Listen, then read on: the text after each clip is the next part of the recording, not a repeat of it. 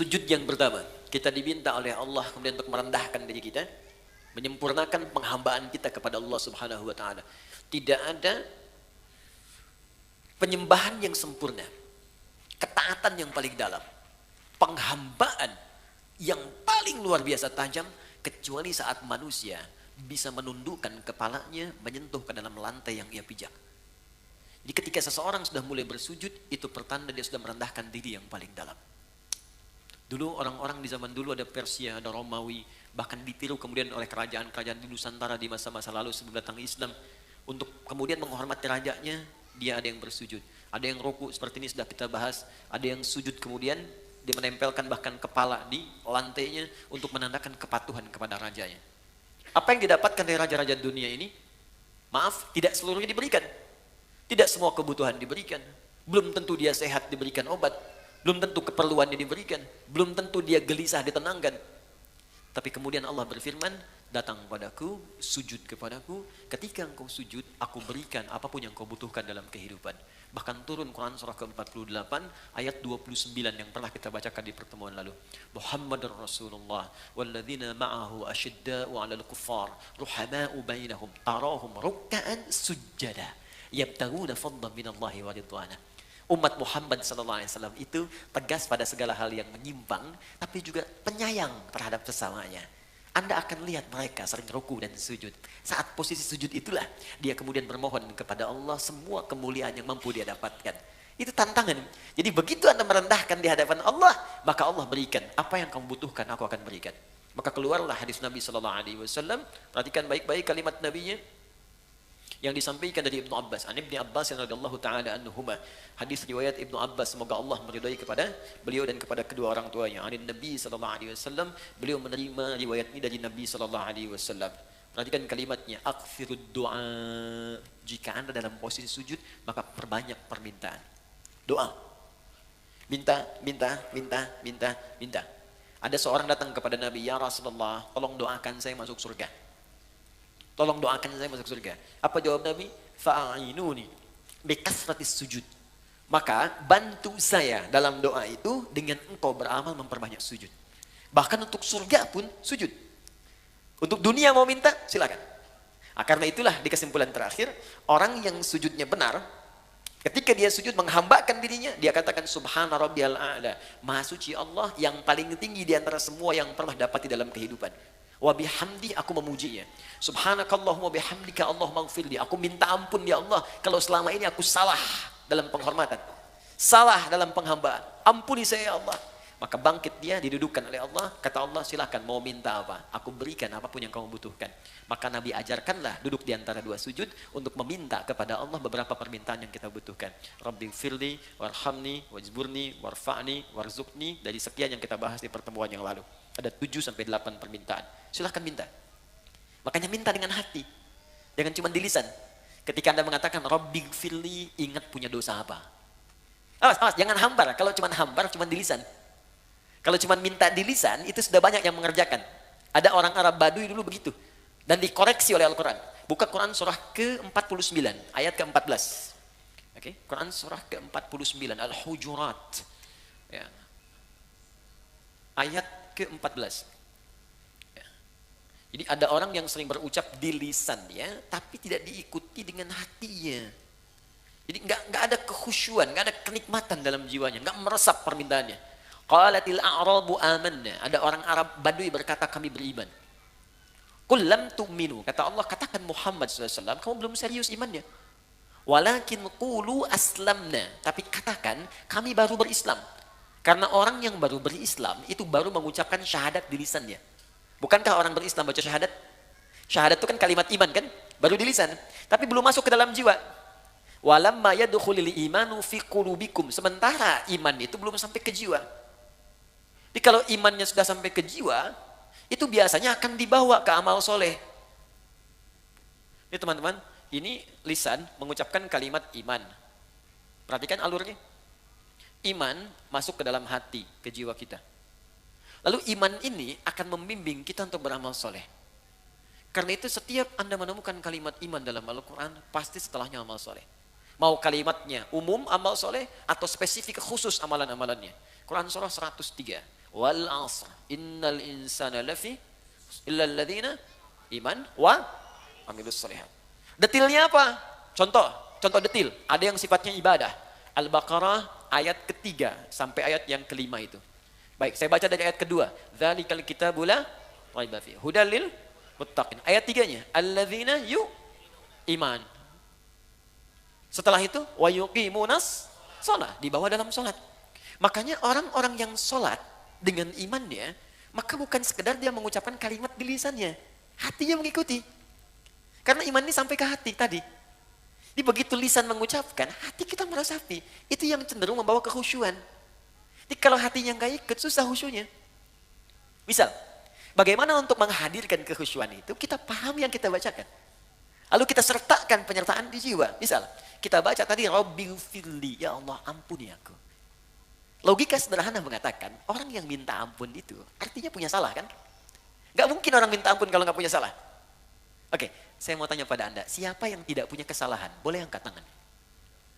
Saya pulang. Oke, yang salahnya sedikit.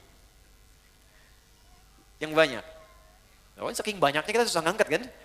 Berarti ngaku kan? Kalau mau dirunut lagi, maaf. Berapa banyak kesalahan yang pernah kita lakukan pada orang tua?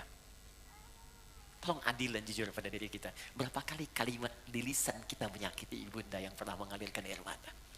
Berapa kali ayah pernah kecewa dengan kata-kata kita? Dari masuk ke rumah tangga, berapa kali lisan Anda menyakiti istri? Berapa kali istri kalimat dan gerak-geriknya menyakiti suami? Dan Anda masih mengharapkan surga. Terus Anda mengharap ridha Allah, sementara Anda sendiri buruk kepada orang tua. Kata Nabi, ridha Allah itu tergantung pada ridha orang tua. Ridha Allahi fi ridhal walid. Nah sekarang, ketika Anda mengucapkan kalimat Rabbighfirli, ya Allah ampuni aku, maka bagaimana rasapan jiwa yang kita hadirkan? Diajarkan oleh para ulama, hadirkan perasaan salah itu. Minta ya Allah, saya salah kepadamu ya Allah. Kau panggil sholat, saya lambat-lambatin. Kau minta zakat, saya belum kerjakan. Ya Allah, saya salah ya Allah pada ibu saya. Bahkan saat akan sholat saya menyakitinya. Ya Allah, saya salah pada ayah saya. Mungkin karena ini pekerjaan saya menjadi sering terhambat. Ya Allah, saya salah pada anak saya ya Allah. Mungkin karena perilaku saya dia sering tawuran. Mungkin karena saya dia kena narkoba. Mungkin karena saya ya Allah dia jauh dari kekuatan. Minta. Ini hadirkan. Ini kalau cuma di lisan, di jiwanya nggak ada, susah kekhusyuannya muncul. Warhamni ya Allah, sayangi saya. Makanya kalau orang disayang oleh Allah, selesai sholat dia menjadi penyayang. Karena dijaga oleh Allah. Gak ada, lisan gak ada kasar, tangan gak ada kasar, terjaga. Ini poinnya. Sampai minta rizki, sampai minta macam-macam. Begitu minta rizki, warzukni, hadirkan dalam jiwa. Ya Allah lancarkan pekerjaan saya. Mudah-mudahan dengan pekerjaan ini saya bisa berzakat. Saya pengen haji ya Allah. Saya pengen umrah ya Allah. Saya pengen berinfak. Saya pengen membahagiakan keluarga saya. Saya pengen bantu kawan saya. Hadirkan di hati. Berapa banyak Anda sholat, tapi belum menghadirkan semua makna ini. Orang hanya berhenti di bacaan dan gerakan saja. Baca, gerak, dan selesai. Khusyuknya sulit untuk didapatkan. Karena jiwanya tidak ikut. Nah maka, ketika Allah sudah berikan kepada kita, Rabbighfirli diampuni, oleh Allah ampuni. Jadi orang yang diampuni, sekali lagi, saya ambil satu contoh saja, dari 7 sampai 8 bacaan, saya ambil satu contoh. Rabbighfirli, ya Allah ampuni saya. Kemudian Allah ampuni. Saat diampuni itu, ciri pertamanya, orang yang diampuni oleh Allah dari perbuatan dosa, maka dia akan dijaga oleh Allah untuk tidak berbuat dosa lagi di kemudian hari. Misal, maaf sekali, ada orang yang matanya mudah melihat hal-hal yang salah. Gambar yang tidak dibenarkan, video-video yang tidak tepat misalnya. Maka dia bertobat, ya Allah ampuni saya. Ketika diampuni, maka matanya akan dijaga oleh Allah untuk memandang maksiat. Dijaga. Ada yang tidak senang, begitu kemudian melihat, dia palingkan. Dia istighfar. Bahkan kemudian mohon maaf, begitu mendengar ada berita tentang gambar yang tidak enak pun dia nggak mau lihat. Saya nggak mau ah. Itu tandanya dosa di mata itu sudah dihilangkan. Dosa di kaki, pernah melangkah pada perbuatan maksiat. Ketika diampuni di kaki ini, maka ini akan dijaga. Melangkah kepada maksiat itu berat. Tangan, ya, ujung kepala sampai ujung kaki. Jadi kalau sudah dijaga dari perbuatan maksiat, artinya orang ini sudah mendapatkan ampunan dan penjagaan dari Allah Subhanahu wa taala. Nah, kalau sudah dapat seperti itu, maka apa yang mesti kita kerjakan terhadap Allah adabnya? Oke, saya berikan contoh begini. Saya beri Mas Wisnu misalnya permen. Oke. Oh, mau permen apa coklat? Oh, permen, oke. Ya. Saya beri, antum ucapan apa? sama-sama. Oke. Saya beri Mas Dimas permen. Afwan. Ini bahasa Indonesia, dia udah lupa dipakai bahasa Arab kan. Afwan. Baik, lihat sini. Saya ucapkan, saya berikan, terima kasih kan? Terima kasih, terima kasih. Dia terima, dia kasih. Saya berikan permen, dia ucapkan terima kasih. Artinya, ada kecenderungan seseorang yang ketika memberi sesuatu, maka akan direspon dengan kalimat baik untuk mengucapkan terima kasih. Kan? Oke, sekarang kita memohon kepada Allah. Perhatikan baik-baik. Ya Allah, ampuni dosa saya. Lalu kita diberikan oleh Allah jawaban, saya ampuni kamu. Jelas? Kalau pada manusia saja, kemudian kita meminta dan diberi, kita ucapkan terima kasih. Sekarang bagaimana caranya kita berterima kasih, bersyukur kepada Allah ketika Allah memberikan apa yang kita mintakan? Maka tidak ada cara yang terbaik kecuali merendahkan diri kita yang paling dalam untuk memohon dan kebaikan dan berterima kasih atas nikmat yang diberikan tadi. Maka sujud dijadikan menjadi dua bagian dalam sholat. Sujud yang pertama untuk pengantar pada pemohonan supaya diberikan. Bagian kedua sebagai syukur kita kepada Allah saat apa yang kita mohonkan itu diberikan oleh Allah Subhanahu wa Ta'ala. Karena itulah ruku beda dengan sujud. Ruku hanya sekali saat ruku, kemudiannya tidak, sujud tidak.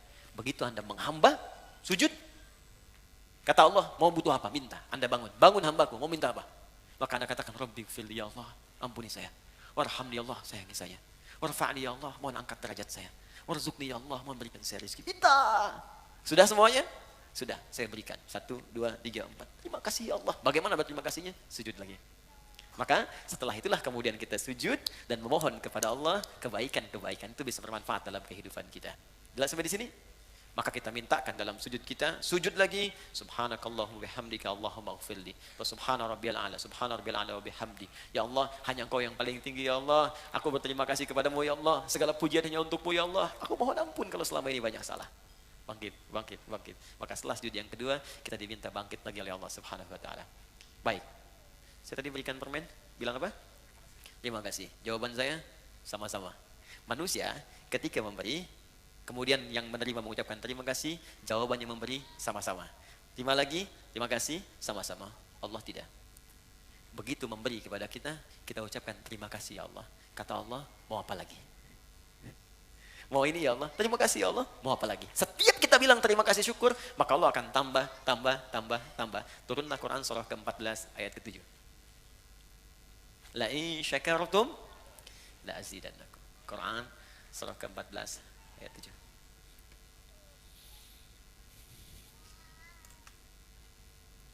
Wa idz adzana rabbukum, ketika Tuhanmu berjanji. Fokus. Membuat sebuah komitmen. Menyampaikan kepadamu, la in syakartum, jika engkau mensyukuri nikmat-nikmatku, jika engkau bersyukur kepadaku, la azidannakum, aku akan terus tambahkan nikmatku kepadamu. Allahu Akbar. Fokus ya, saya belum selesai nih. Jadi kita sudah sujud, terus duduk di antara dua sujud, minta kan? Kita belajar ilmu hikmah nih. Ini agak sulit mendapatinya, kita harus kumpulkan beberapa referensi dulu. Karena di fikih itu, biasanya hanya berhenti di dua aspek. Satu bacaan, dua gerakan. Jarang mengajarkan kemana, Anda harus kumpulkan dulu dari beberapa referensi. Nah kemudian, fokus. Begitu kita minta, kita sujud lagi kan? Sebagai syukur kita kepada Allah. Jadi begitu Allah berikan, kita syukur. Ketika kita syukur, diminta bangkit kita. Berdiri kamu. Ya kan? Karena itu setelah kita sujud yang kedua, bangkit kan? Entah itu berdiri atau kemudian duduk untuk tahiyat. Perhatikan baik-baik. Kaidah saat syukur ini berlakulah ayat yang disebutkan tadi. Quran surah 14 ayat 7. La in syakartum la azidannakum. Kata Allah, kalau benar syukurmu ini, sujud kita yang kedua itu, kalau benar syukurmu ini, maka aku akan terus tambahkan. Bukan hanya yang engkau minta sekarang, apapun yang aku membutuhkan, apapun yang engkau butuhkan, aku berikan. Bahkan ada orang nanti yang belum memohonkan, sudah Allah kabulkan. Jadi saking tingginya sifat syukurnya, belum dia minta, dia butuh sesuatu, belum dia mohonkan, sudah Allah kabulkan. Ada yang begitu nanti. Nanti kita berikan beberapa contoh-contohnya. Ya, ada untuk perempuan Maryam. Saya berikan contoh yang bukan Nabi, bukan Rasul.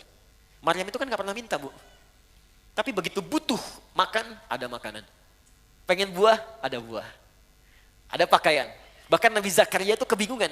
Beliau yang pegang kunci mihrabnya, beliau yang gemboknya, tapi setiap masuk mengantarkan kebutuhan, sudah ada di situ. Dan yang diantarkan bukan Nabi, bukan Rasul. Buka Quran surah ketiga, ayat 37. Paling kiri sebelah bawah di mushaf. Fataqabbalaha rabbuha biqabulin hasanin wa ambataha nabatan hasana wa kaffaraha Zakaria kullama dakhala 'alayha Zakaria al-mihraba wajada 'indaha rizqa qala ya Maryamu anna laki hadha qalat huwa min 'indillah innallaha yarzuqu man yasha bighairi hisab. Lihat urutannya. Maka Allah menerima hasil pendidikan Imran dan Hannah. Ibu bapak, teman-teman, Imran, Hannah bukan nabi, bukan rasul. Jadi saya pilihkan contoh di Al-Quran yang bukan nabi dan rasul supaya tidak ada orang yang ngeles kemudian hari. Itu kan nabi, Ustaz. Itu kan rasul. Maka Allah turunkan surah, nih saya turunkan yang bukan nabi dan bukan rasul supaya kamu tidak punya kesempatan untuk ngeles lagi. Ya, Imran, Hannah punya anak diberi nama Maryam, dididik dengan baik. Dicarikan guru yang pintar dan soleh. Ditempatkan di tempat yang terbaik. Dirawat secara baik, cari yang halal untuk makanannya, minuman yang halal, perlengkapannya halal. Tapi yang paling menarik, ketika orang tua berdoa baik untuk anak-anaknya, punya cita-cita mulia, dicarikan guru yang baik dan soleh, pintar, ditempatkan di tempat yang baik. Kalau konteks sekarang, kasih nama yang baik, doakan dengan baik, cari sekolah yang baik, cari guru-guru yang soleh dan pintar. Ketika Anda kerjakan semua ini, kata Allah, fataqabbalaha rabbuha, ikhtiar orang tua diterima oleh Allah. Saya mau tanya, dari apa yang teman-teman kerjakan untuk anak-anak Anda, apakah Allah sudah terima atau belum? Selama ini, ya. Coba lihat, sekolah yang Anda pilihkan, Allah ridho nggak? Makanan yang Anda berikan kepada anak, Allah ridho nggak? Pakaian yang Anda belikan untuk anak-anak, Allah ridho nggak? Dan itu teman-teman akan berdampak ridhonya Allah kepada pendidikan anak. Ridhonya Allah kepada perawatan anak, itu bisa berdampak pada sikap anak terhadap orang tua. Makanya ketika Allah ridho kepada Ismail, ketika Ibrahim mendidiknya, Ismail membalas kepada ayahnya. Bagaimana balasannya? Ketika ayahnya bekerja, beliau pengen bantu. Ayah mau meninggikan Ka'bah, bawa batu. Itu Ismail masih usia 45 tahun. Pengen bantu, Bu. Pekerjaan berat. Jadi punya rasa. Jadi ketika orang tua memberikan yang terbaik kepada anaknya dan diikuti petunjuk Allah, maka Allah akan tanamkan rasa sayang yang dalam pada anaknya, bahkan ia rela mengorbankan tenaga dan jiwanya untuk pekerjaan dan meringankan bapak ibunya. Jadi begitu akan meninggikan bangunan Ka'bah, Quran surah kedua ayat 127, Ismail datang. Wa idh yarfa'u Ibrahimul qawa'ida minal baiti wa Ismail. Ingatlah ketika Ibrahim sedang membawa batu untuk meninggikan bangunan Ka'bah, memijak, pijakan pertama disebut makom. Sampai sekarang ada makom Ibrahim. Tiba-tiba di sudut yang lain datang Ismail membawa batu. Usia masih 45 tahun, belum dewasa. Dia mengatakan pada bapaknya, kalau bahasa kita, Pak, boleh nggak saya bantu? Anak kecil. Sekarang ketika Anda bekerja, adakah anak kemudian berkata, Papa, saya aja yang bersihin mobilnya. Mama, saya aja yang bikinin tehnya. Atau jangan-jangan anak yang pakai mobil Anda yang cuci. Dan kita tidak bisa menyalahkan, kata Quran, jangan salahkan anak dulu, kembalikan pada diri kita. Apa yang sudah Anda berikan pada anak-anak sehingga mereka tidak peka pada orang tuanya. Anak itu bersih, dia kosong, ingin diisi apa? Isi Mentos, ada Mentos. Saya sering masukkan tangan ke kiri, bukan karena ingin masukkan ya Pak Ibu, bukan. Karena saya nyimpan coklat di sini. Saya suka berpikir ada anak kecil, pokoknya saya masukkan coklat. Saya simpan sini ya. Baik. Jadi bahkan ketika mimpi pun, Quran surah 37 ayat 102 sampai 107. Bapaknya cuma mimpi.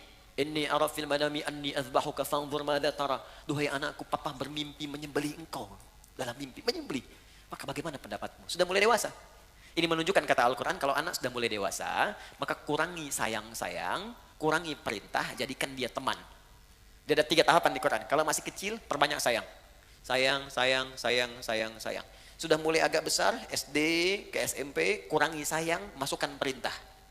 Itu manhaj Quran, nanti ayatnya banyak. Sayangnya kurangi, perintah masuk. Sebab kalau sayang terus datang, nanti manja. Begitu diperintahkan, manjanya muncul. Dikurangi manjanya, masukkan perintah. Kalau sudah semakin dewasa lagi, SMP mungkin kelas 3, SMA kelas 1 naik, maka jadikan dia teman. Perintah kurangi, manja kurangi, sayang tetap dia adakan, cuman jadikan teman. Ajak sebagai teman diskusi. Kalau diperintahkan, dia bisa balikin, sebab nalarnya sudah mulai matang.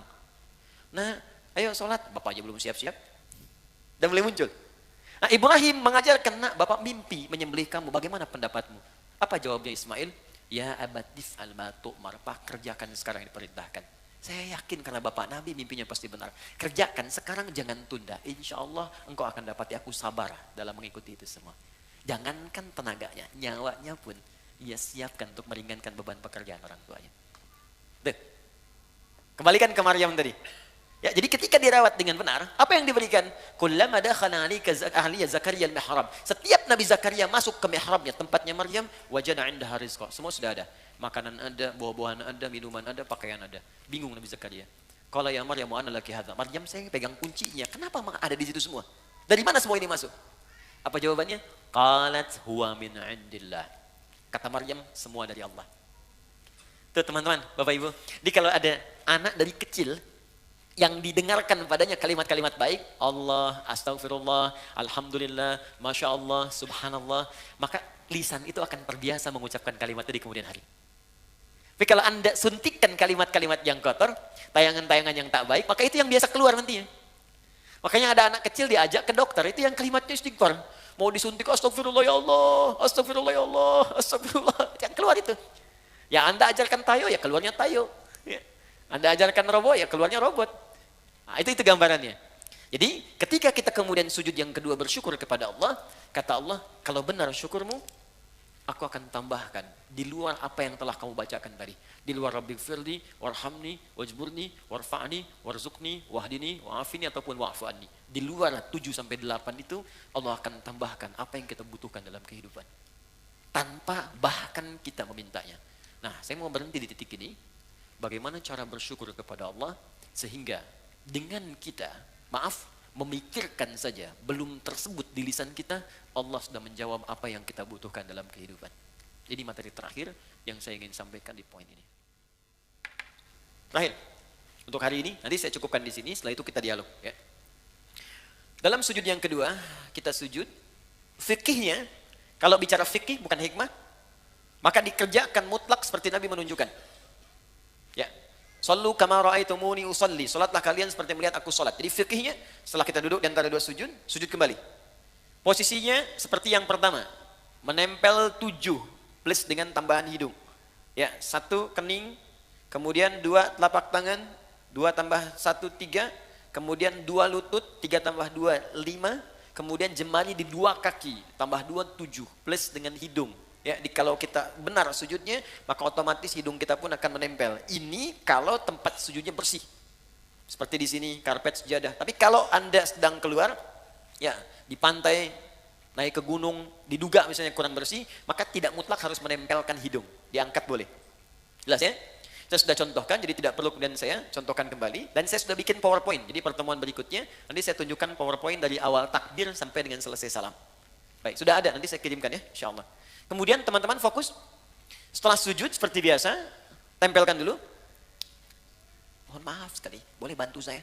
1 orang aja. Siapa aja boleh. Mas Andrian, mohon izin. Di sini, karena kita ada kamera tersambung, sini aja. Kiblatnya ke sana, sana ke MU. Ya, silakan, sujud langsung. Oke. Nah, fokus. Lihat sini teman-teman. Nah, ini sudah bagus. Ini tempelkan dulu. Mohon izin jangan dulu berdoa ya. Jangan dulu berdoa. Ingat sampai kata Nabi famakin sujudaka. Sempurnakan dengan baik dulu sujud secara caranya baru berdoa. Kening ini sudah ya di sini. Jangan sampai terhalang. Ingat pakai peci itu untuk menutup rambut. Jadi kalau kira-kira rambutnya pendek atau tidak ada rambut sama sekali, tak pakai peci pun tidak ada masalah. Jelas ya? Baik, kemudian ini di telapak tangan 2. Ini agak dibuka ya. Sudah cukup baik, agak dibuka. Yang penting enggak ke sini ya, cukup di sini. Agak dibuka sehingga tidak dirapatkan ke sini. Ini hati-hati ada yang dilarang oleh Nabi, jangan kau tempelkan ini siku di sini sehingga menutup diafragma. Di saat sedang sujud kan darah dipacu kencang dari jantung ke otak. Begitu kita tempelkan di diafragma itu bisa terhambat. Bisa meninggal orang kalau terlampau lama. Dibuka, ilustrasinya kata Nabi sampai anak kambing bisa lewat. Ingat anak kambing itu kan zaman Nabi orangnya besar-besar. Ya, jadi wajar lewat itu cuma ilustrasi bahasa kiasan. Maksudnya ada ruang di sini, bukan Anda ukur. Mama sini, sholat yang benar. Anak kambing mana? Anak kambing. Tidak ya. Ini 2 lutut sini. Kemudian ini ditutup, bukan dibuka begini. Sudah saya terangkan, ditutup begini. Ini sudah bagus. Nah, sudah seperti ini baru berdoa. Nah, biarkan nikmat dulu, tekan sampai di kepala ini terasa enak, di kening. Ini masih hidup ya. Ya. Alhamdulillah. Jadi tenang dulu, enak setelah merasa. Biasanya awal-awal pusing. Awal-awal pusing biasanya. Nanti setelah itu enak. Baru berdoa. Bangkit. Alhamdulillah. Nah, sudah duduk di antara dua sujud, ya kan? Kemudian sujud kembali seperti tadi yang pertama. Baik, ini yang kita lakukan serupa. Jadi fikihnya tidak ada yang berubah. Sujud kedua sama seperti sujud yang pertama, secara fikih. Bacaannya pun tidak berubah. Sama. Ya, subhana rabbiyal a'la atau subhana rabbiyal a'la wa bihamdi atau subhanakallahumma bihamdika Allahumma ighfirli. Silahkan dipilih. Jelas. Tapi ingat pesan saya baik-baik. Itu bacaan tadi, itu hanya pengantar pada doa. Ingat, bacaan formal pengantar doa. Ingat pelajaran kita yang lalu. Setelah itu minta kepada Allah. Apa yang kita mintakan? Ingat baik-baik, sujud pertama kita minta silakan dalam hati. Rasakan apa yang kita mohonkan. Bangkit, duduk di antara dua sujud. Diajarkan oleh Nabi. Ini permintaan ini yang kamu bacakan. Kemudian kita sujud lagi. Bacakan seperti yang pertama. Tapi ingat, sujud yang kedua mengandung makna syukur. Kalau benar syukurnya, Allah akan berikan lebih dari apa yang kita bacakan dalam duduk di antara dua sujud tadi. Bahkan ada orang yang belum minta, sudah Allah berikan. Seperti Maryam tadi, nggak minta, Allah sampaikan. Seperti Luqman dengan anaknya, yang bukan Nabi, bukan Rasul. Seperti Umar pernah mendapatkannya. Seperti Abu Bakar pernah meraihnya. Seperti Ali pernah mendapatkannya. Bukan Nabi, bukan Rasul, tapi mendapatkan kemuliaannya. Paham sampai sini? Nah sekarang, ketika sudah sujud, kemudian bangkit, baik tahiyat ataupun bangun kembali, ada satu PR yang harus kita praktekkan dulu. Kata Allah, kamu syukur, saya tambahkan.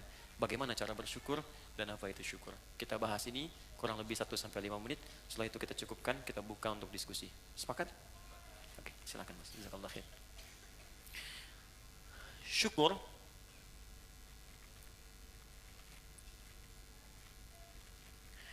artinya usaha untuk mengungkapkan, upaya untuk mengungkapkan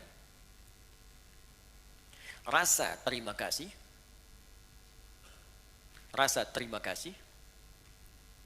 dan kebahagiaan, upaya untuk mengungkapkan rasa terima kasih dan kebahagiaan atas nikmat yang diperoleh, upaya untuk mengungkapkan rasa terima kasih atau kebahagiaan atas nikmat yang diperoleh. Perhatikan bagian ini rahasianya. Perhatikan bagian ini. Dengan cara menggunakan nikmat itu sesuai dengan ketentuan yang Allah tetapkan. Dengan cara menggunakan nikmat itu sesuai dengan ketentuan yang telah Allah tetapkan. Awas, bagian terakhir ini sangat penting. Ini yang paling penting. Contoh. Yuk, masih ingat teman-teman?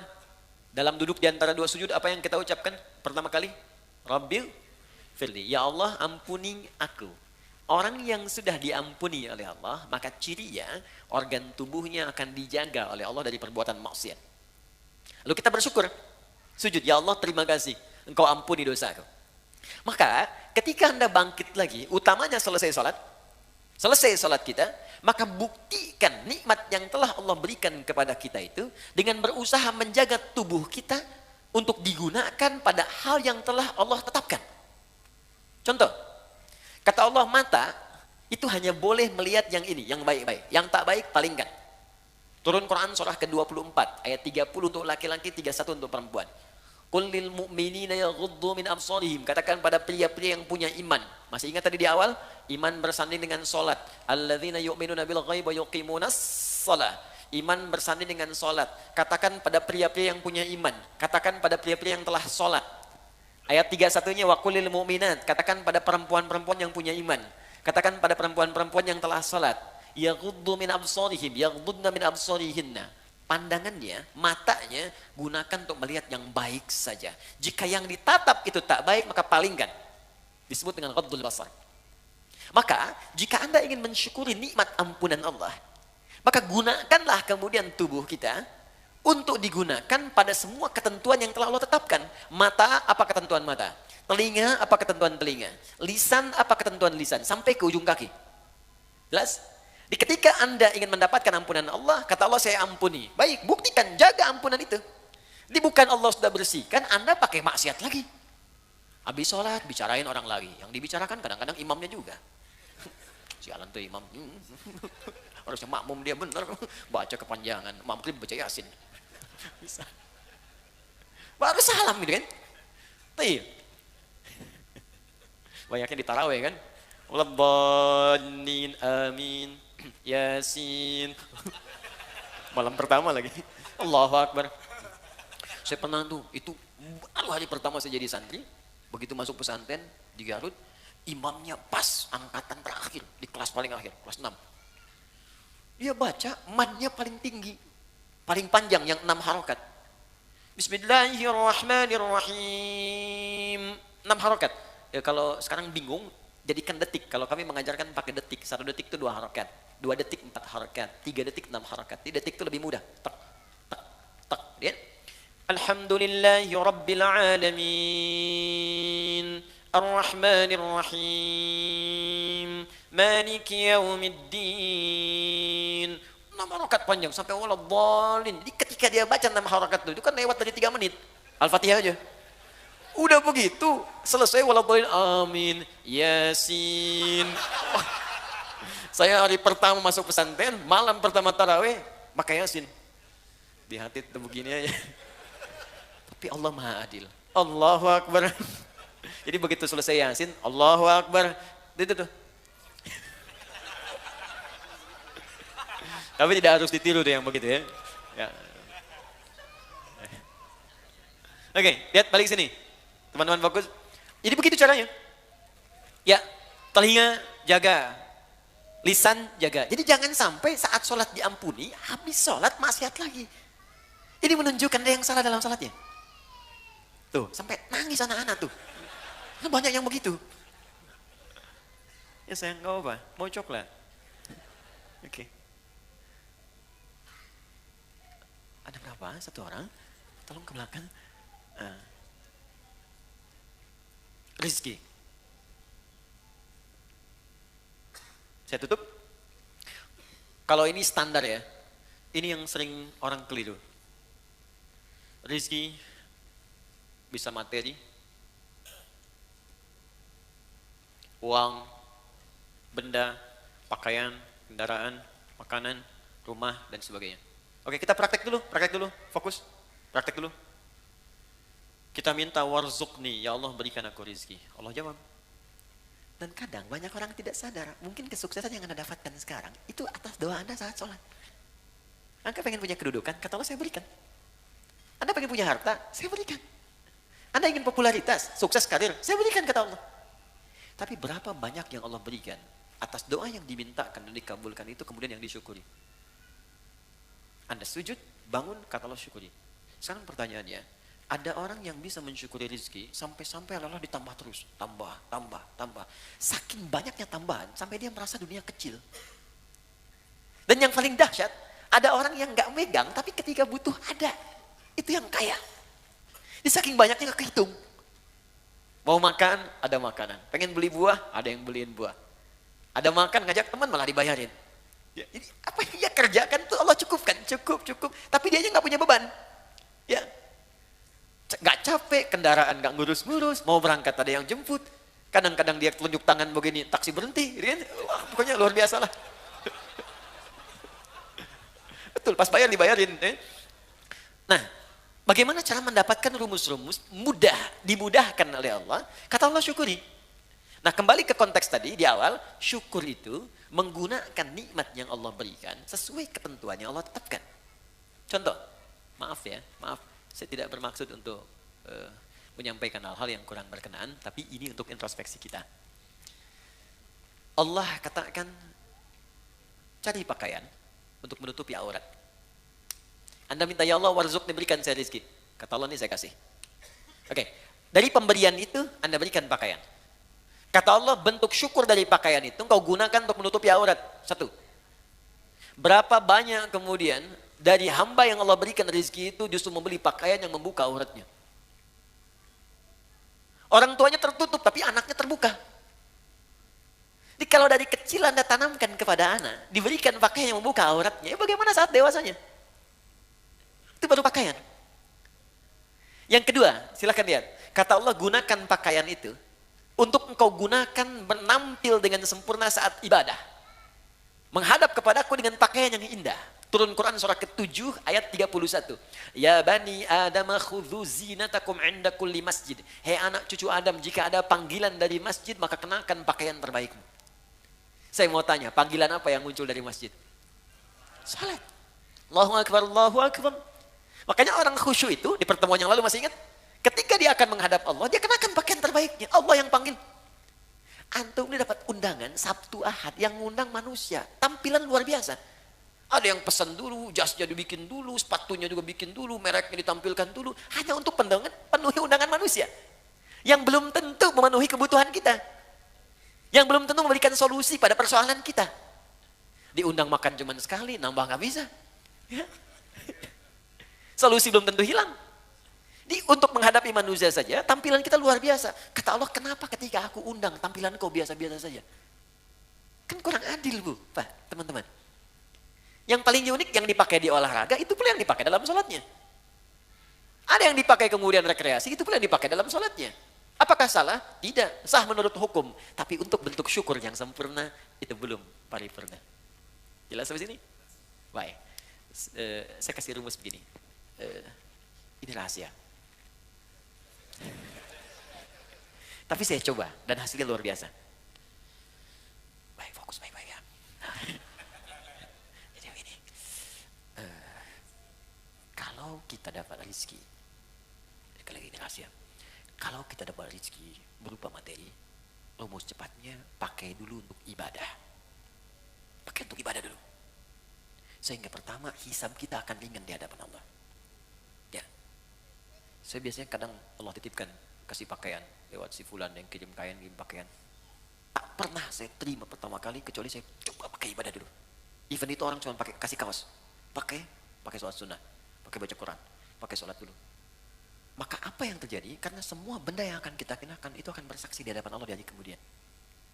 Ya, termasuk anggota tubuh. Al-yawma nakhtimu ala afwahim wa tukallimuna aydihim wa tashhadu arjuluhum. Jadi mulut dikunci, tangan kaki bersaksi, termasuk benda-benda yang kita pijak kita kenakan. Di surah Az-Zalzalah, idza zulzilatil ardu wa akhrajal ardu wa qala al-insanu yauma idzin tuhadditsu akhbaraha. Pada saat kiamat itu terjadi, akan ada hisab dan semua benda yang kita pijak, yang kita kenakan akan bersaksi di hadapan Allah. Bayangkan, teman-teman, ketika baju itu tiba-tiba berkata kepada Allah, "Ya Allah, saya bersaksi, saya pernah dikenakan oleh si fulan ini untuk sholat kepadamu. Ya Allah, saya bersaksi dikenakan oleh si fulan ini, ya Allah, bangun tahajud mengenakan aku." Allahu Akbar. Ya fulan, ketika aku berikan kepadamu nikmat berupa pakaian, apa yang kamu kerjakan? Ya Allah, saya bersaksi, pertama kali saya gunakan untuk memenuhi panggilanmu ke masjid. Maka sepatu itu berkata, benar ya Allah, Anda gunakan. Buka pintu, rumah Anda, masuk ke ruangan kamar Anda, buka kemudian lemari pakaian Anda, coba lihat setiap helai pakaian Anda, berapa banyak yang sudah digunakan untuk ibadah. Jangan-jangan ada di antara pakaian itu yang hanya dipakai untuk digunakan maksiat saja selama hidup. Maka saran saya, cepat tutupi dengan ibadah sebelum dia bersaksi di hadapan Allah dan memberatkan timbangan Anda pada keburukan. Anda sudah minta motor, sepeda aja belum bisa membawa Anda ke masjid. Ya Allah, aku pengen motor. Kamu ini gimana? Minta motor, beban kamu akan berat. Sepeda aja belum mampu mengantarkan kau ke masjid. Itu si fulan, sepeda dia nggak punya, motor nggak pernah mimpi, mobil nggak pernah berharap. Kakinya bisa dipakai mengantarkan dia ke masjid. Jarak dia ke masjid 2 kilo. Kamu cuma 20 meter ke masjid. Sepeda sudah saya berikan, motor sudah saya limpahkan, mobil saya anugerahkan, mereknya bermacam-macam, belum mengantarkan kau juga. Maka nikmat apalagi yang harus aku berikan kepadamu supaya engkau mau berangkat ke masjid itu? Jadi kalau ada teman-teman mengatakan warzukni, ini hati-hati ya. Anda meminta dalam sholat warzukni, ya Allah berikan aku rizki, dan sudah Allah limpahkan, tapi rizki itu belum mampu mendekatkan Anda kepada Allah, maka mesti berhati-hati. Jangan-jangan ada istidraj di dalamnya. Istidraj. Limpahan yang terasa nikmat, tapi di balik itu ada kumpulan azab yang sedang menunggu. Maka segera bertobat, coba dicek. Punya sepeda, pernah dipakai untuk mengantar ke masjid belum? Pernah dipakai ibadah belum? Punya motor, pernah dipakai ibadah belum? Punya mobil, pernah dipakai ibadah belum? Pakaian berapa banyak pernah digunakan ibadah? Tulisan pena, handphone, berapa banyak dipakai maksiat? Bandingkan dengan taatnya. Nah, semakin banyak ditata oleh kita untuk kepada hal-hal yang baik, syukur, maka semakin Allah akan tambahkan kepada kita nikmatnya. Itu gambarannya. Kalau ada yang macet di pertengahan, bukan karena dihambat, mungkin nikmat yang sudah ada belum dimaksimalkan untuk berbuat taat kepada Allah Subhanahu wa taala. Jelas sampai di sini?